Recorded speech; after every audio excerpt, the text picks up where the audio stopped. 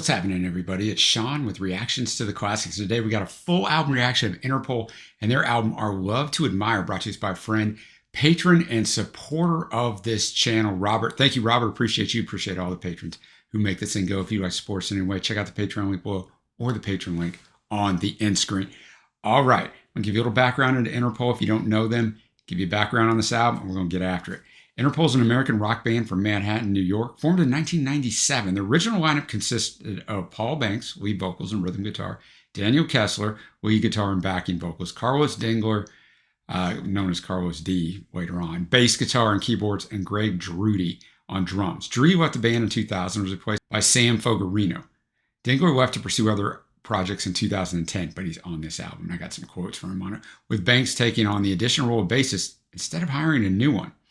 Having first performed at Luna Lounge alongside peers such as The Strokes, Long Wave, The National, one of my favorite groups there is, and I'm going to see The National in concert in November, and Stella Star, Interpol is one of the bands associated with the New York indie music scene and one of several groups that emerged from post-punk revival of the 2000s.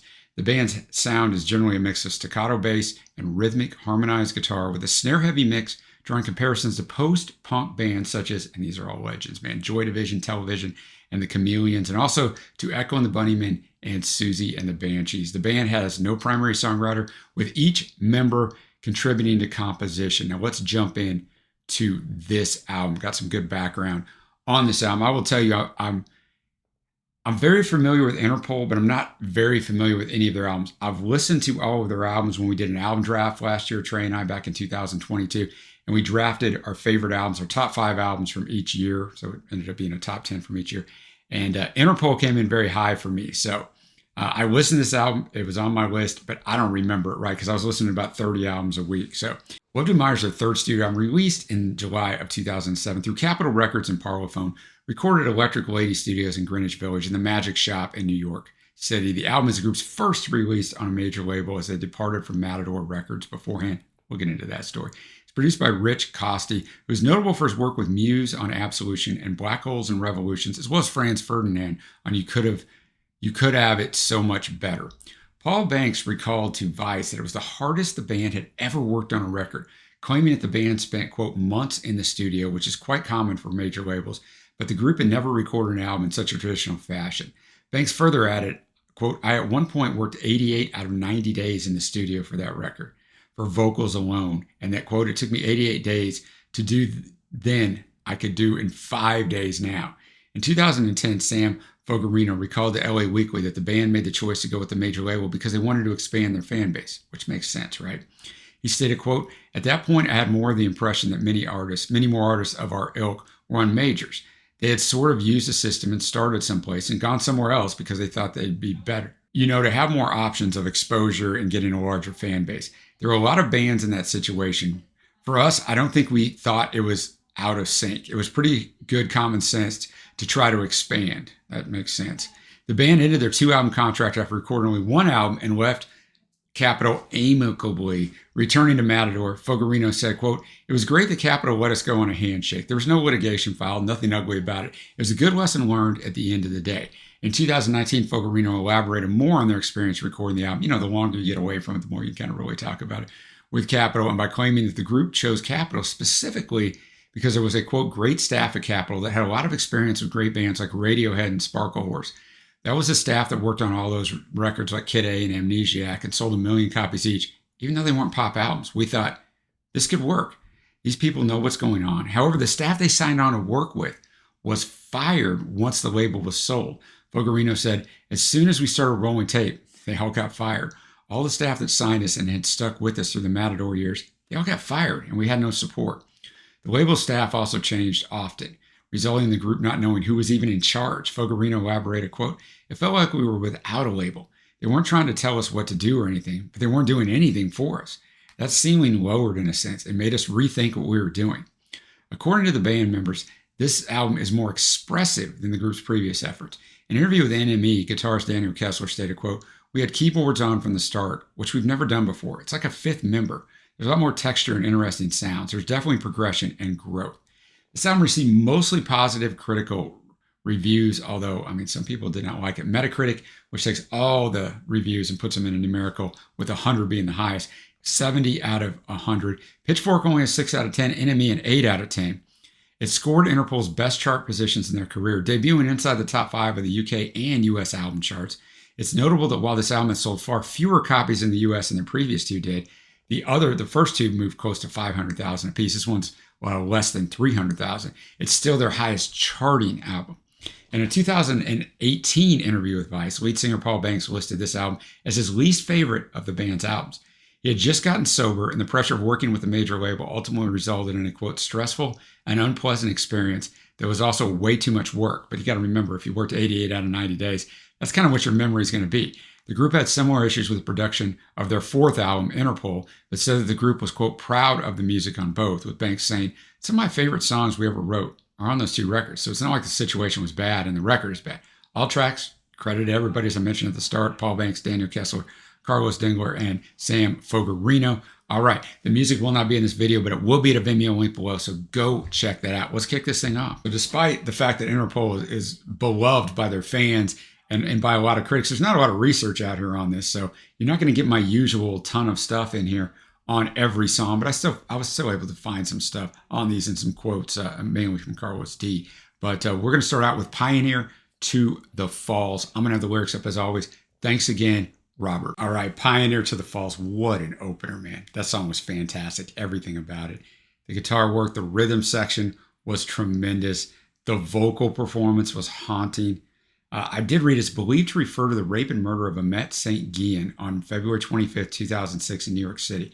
The title likely refers to her walk from the Pioneer Bar to the Falls Bar. So Pioneer to the Falls. And it starts out right away with the chorus, show me the dirt pile and I will pray that the soul can take 3 stowaways away. He sings it, you vanish with no guile and I will not pay, but the soul can wait. The soul can wait. Just everything about this song was fantastic. And what a way to open an album. All right, now we're up to No I in Threesome. I thought on that last song, on Pioneer to the Falls, that Paul sounded a lot like the late great Jim Morrison. So let's see if he continues that vocal style. All right, No I in Threesome. This song could be about anything. It could be what you're thinking about sexually, a threesome. It could be that he's telling her, because he's making the case, Paul is, throughout the song, that maybe he needs to be with somebody else, because he's talking about they've been together for a long time, relationship age is like wine, all these different things. Could be saying maybe we need to have a child and that would make things better. I've read a bunch about this song and nobody seems, those are kind of the 3 sides to that. So let me know what you think in the comments when this thing's over. I don't know, right? I don't know. I mean, I've heard the song, well, not twice, but I don't remember it, from when I listened to this album last year. But, I mean, it's very well written. The rhythm section in here is fantastic, right? The bass and drums are great. Paul sounds great.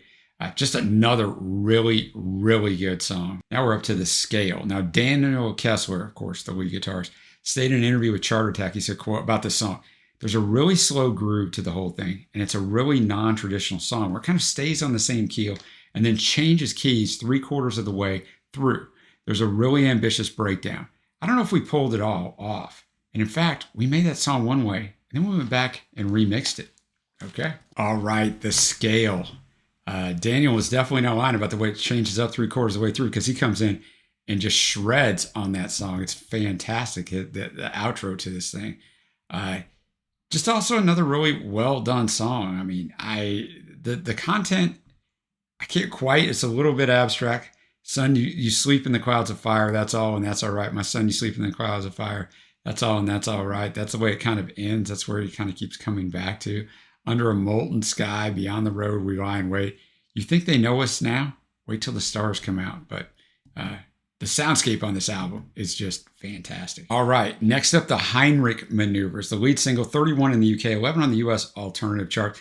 Now, this was one of the songs where there was a ton of information out there, and I do all the research for this channel. We have, 2,300 plus videos. So I've done a lot of research, guys, in the last 4.5 years. Sometimes in the research, most of the time it makes everything crystal clear, but sometimes there's so much of it that people make a case for a song being about these different things and they all sound convincing. And you leave the research knowing more confused than when you went into it. But this is kind of one of those things. There's a lot of info out there with kind of different thought processes, but this was kind of the predominant one. Henry Miller, one of Banks's favorite authors to whom he makes several subtle references to within his lyrics, was nicknamed Heinrich by Anais Nin, a writer, understudy, and lover of Miller's for 20 years. In an interview with songwriters on Process, Banks speaks of his affinity for Henry Miller, saying, quote, "Then there's Henry Miller. I bought everything I can find of his. I selfishly buy out bookstores of vintage Miller and have a pretty good collection by now. He's the first author with whom I had a connectivity of the soul, a reflection of everything I would feel.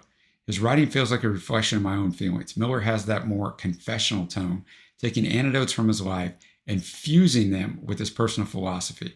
I could try that." When asked, is there an actual Heinrich maneuver in an interview with Pitchfork, Paul Banks replied, "Yeah, but that's private information." All right, the Heinrich maneuver, fantastic song. The bass work by Carlos D is just unbelievable on this album, right? It just is.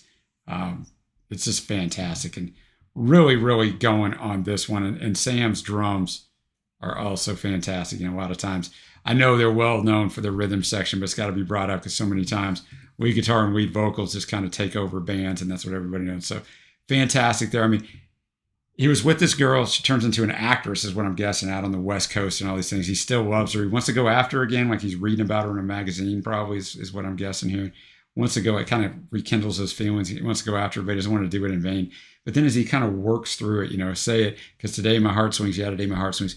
The outro, let it come, because I've got a chance for a sweet, sane life.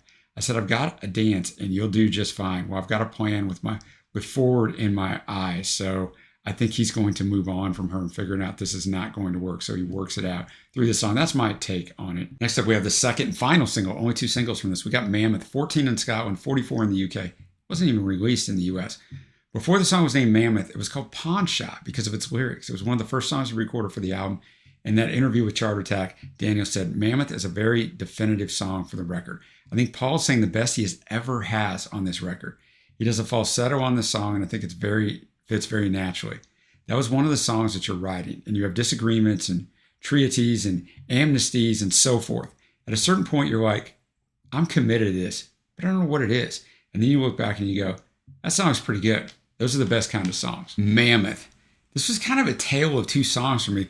The first half of it, I was like, man, this song's fine, but I don't think it's nearly as good as a lot of these other songs on here. And I still don't know that it is.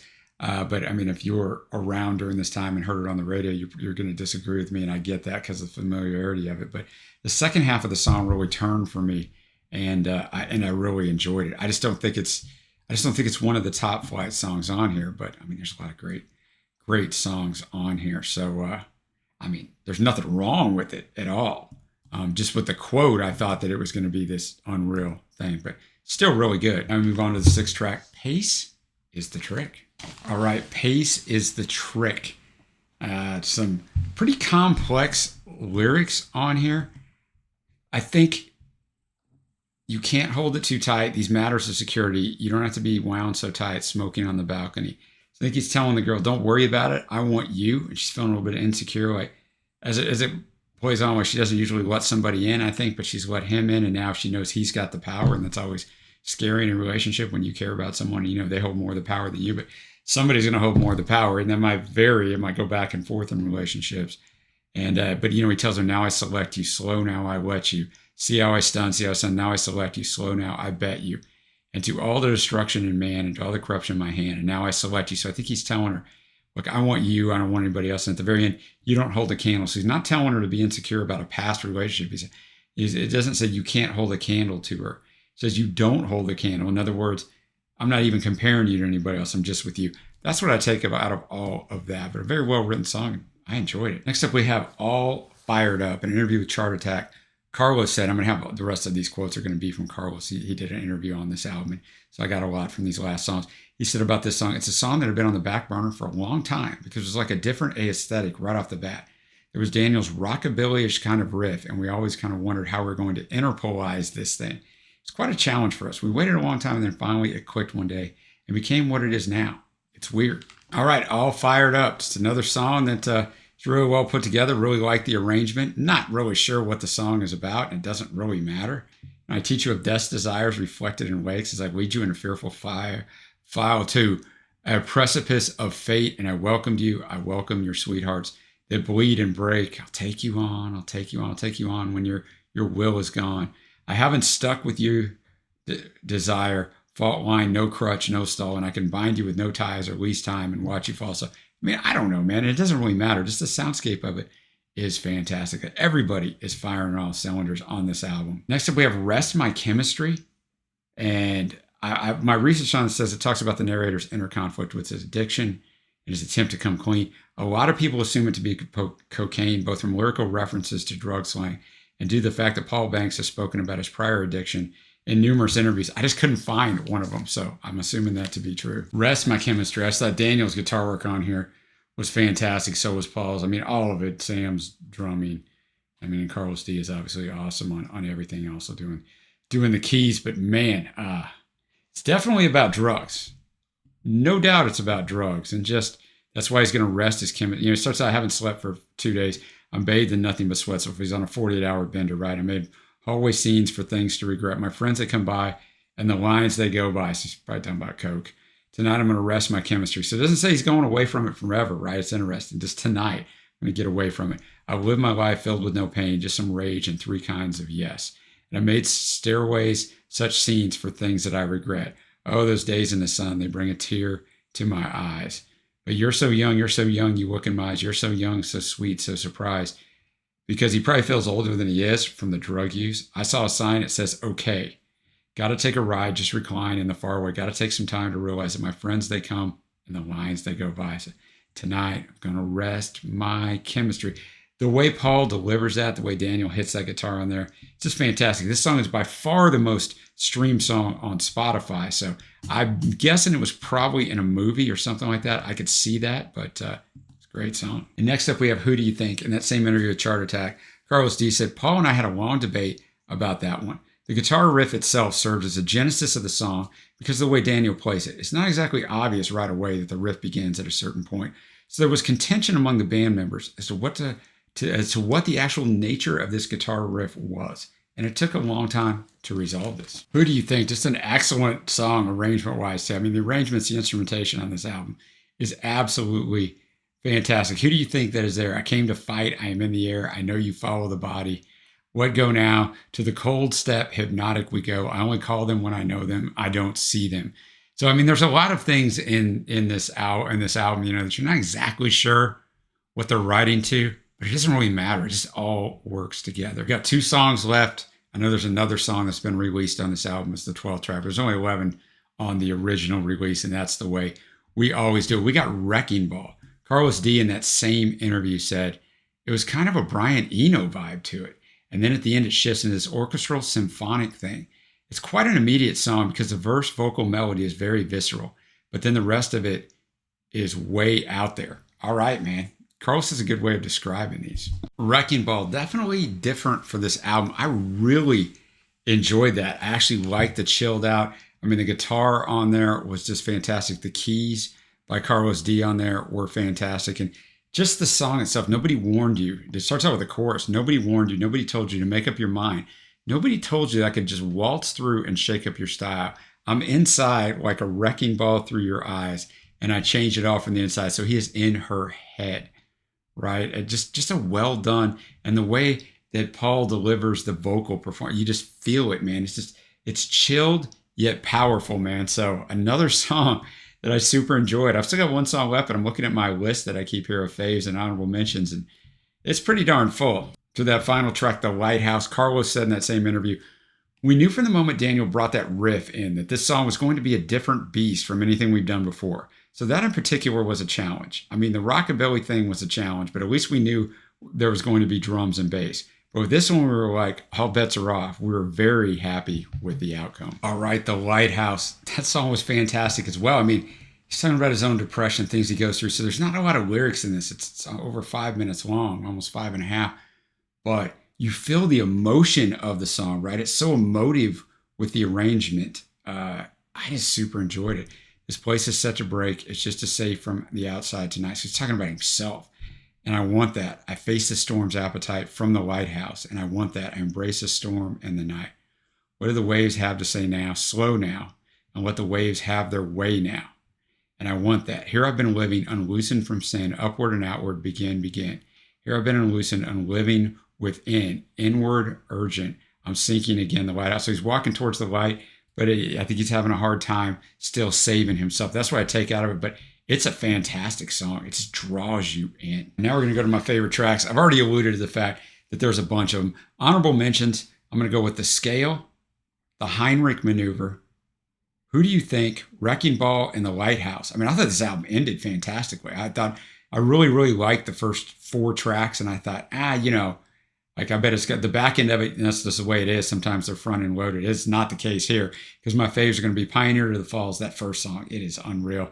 No I and Threesome, and Rest My Chemistry. So that is 8 of the 11 songs, boys and girls, that end up on my honorable mention or faves. And that doesn't happen very often. So you can probably deduce the fact that as I move to my overall score, it is going to be quite high. I'm going to be at a sky high 8.5 on this.